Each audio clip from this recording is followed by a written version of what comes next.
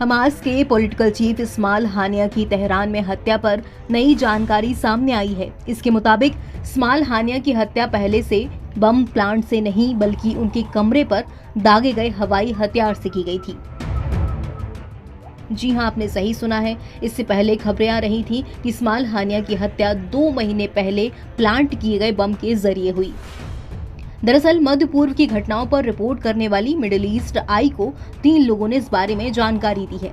ये 3 लोग उस कड़ी सुरक्षा वाली इमारत में मौजूद थे जिसमें इस्माइल हानिया की हत्या कर दी गई। इनमें से एक व्यक्ति हानिया के कमरे के पास ही एक कमरे में रह रहा था। उसने शुक्रवार को बताया कि विस्फोट से पहले उसने कुछ आवाजें सुनी थी जो मिसाइल जैसी लग रही थी।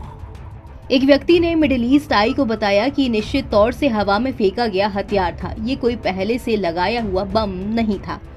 उन्होंने आगे बताया कि विस्फोट के बाद जो दृश्य देखा वो मिसाइल हमले जैसा लग रहा था। अन्य 2 व्यक्ति जो अलग अलग मंजिलों पर रह रहे थे, उन्होंने हमले के बाद की स्थिति देखी थी। उन्होंने बताया कि हमले के बाद हानिया के कमरे की छत और बाहरी दीवार आंशिक तौर से ढह गई थी। ये बयान ईरानी अधिकारियों के उस बयान से मेल खाता है जिसमें बताया गया कि इस्माइल हानिया को बुधवार सुबह तड़के 1:45 पर एक हवाई हमले में मार दिया गया। इसके पहले न्यूयॉर्क टाइम्स ने अपनी रिपोर्ट में बताया कि हानिया को उनके कमरे में पहले से प्लांट किए गए बम में विस्फोट करके मारा गया था। रिपोर्ट में कहा गया था कि इस बम को 2 महीने पहले ही उस गेस्ट हाउस में पहुंचाया गया था जहां हानिया ठहरे थे। रात के वक्त कमरे में हानिया की मौजूदगी की पुष्टि होने पर एआई रिमोट के जरिए इसमें विस्फोट कर दिया गया। बुधवार को हानिया की हत्या तब कर दी गई जब वो ईरान के राष्ट्रपति मसूद पेजेश्कियन के शपथ ग्रहण समारोह में शामिल होने के लिए तेहरान गए थे।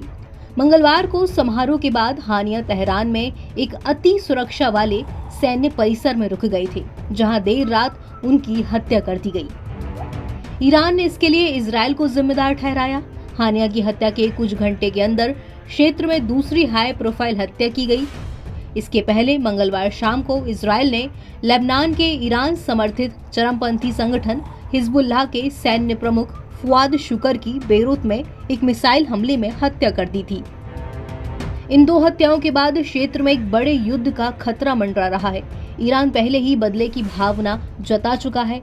उसने चेतावनी दी है कि वो इजराइल पर बड़ा हमला कर सकता है। तो वहीं अमेरिका ने इसके लिए तैयारी करते हुए मिडिल ईस्ट में एक फाइटर जेट भी भेज दिया है जो इजराइल का समर्थन करेगा।